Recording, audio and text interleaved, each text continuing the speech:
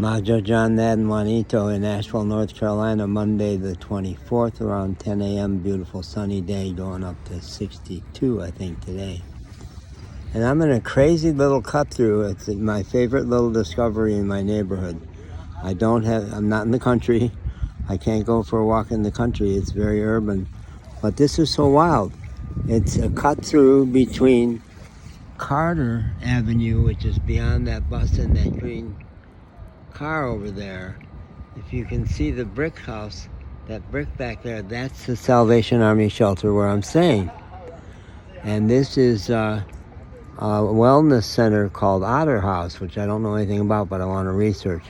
But I've discovered that I could cut through from there to South French Broad over here, going out there. I'm not going to go out that way. That would be a bit of a drop-off. But this whole thing is so kind of crazy, as Asheville is. Asheville, built on the spine of the Blue Ridge Mountains, is very hilly. And this is just kind of wild here.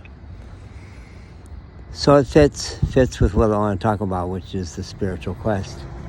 The quest to wake up. What in Mexico I learned to call the La Vida Extática, the ecstatic life. And I'm getting clearer and clearer that what I'm offering to people in my Being with Majo sessions, or Being with Juanito now, my coaching sessions, individual sessions, is really the same as what I'm offering a team of people in the upcoming Juanito's Light Brigade mentoring program. For all of it, really what I'm offering is how to wake up. That's really the goal. I may not use that word all the time. That might threaten people. But that's really what it's about. Waking up to the ecstatic life. Waking up to who you really are. Waking up to your purpose in the world. And I did. Honestly, I did. 6 years ago, June 26, 2019, after a desperately hard couple of months and a pretty bad 30 years. Pretty bad 30 years, really. I woke up and everything changed. Everything changed. And I got happy, and I've been happy essentially ever since. 6 months of renal failure and looking at death in the eye put a damper on it, but only a damper, really. It didn't stop the process at all. And now that I'm well again and able to focus on living rather than staying alive, I'm getting happier every day and clearer about what it is I want to offer.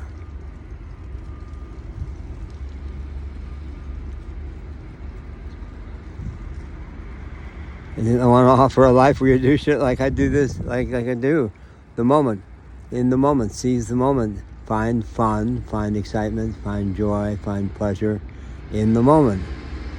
Now, not many, I bet there's nobody else at the Salvation Army, or maybe nobody in Asheville who will say, oh yeah, that cut through between South French Broad and Carter, that rocks. And there's a bench back there and a drop off, and there's like nobody there most of the time. I think there were people on a break from maybe a support group or something. We're out here chatting when I started. So it's a property that's devoted to healing. That's pretty cool also.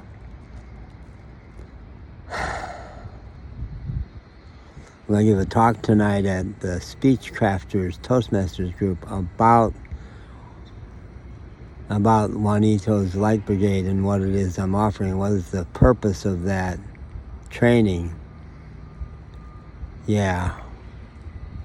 I don't want to say anymore. This is enough for this video. There's more I want to say about that, but not now. The series of talks I'm going to give starting in January, probably January, it comes from Spanish because I originally visioned these down in Mexico, and the Spanish word for speak is habla. So my spiritual talks were going to be Juanito habla, blah, blah, blah. And actually I won't talk very long. Really, I'll steal the Jubilee. When I was at Jubilee for 16 years, the preaching never went longer than 14 minutes.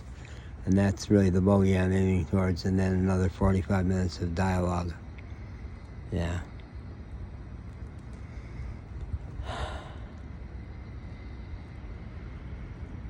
quiet, calm. This moment of calm has been approved as part of my message. Bye.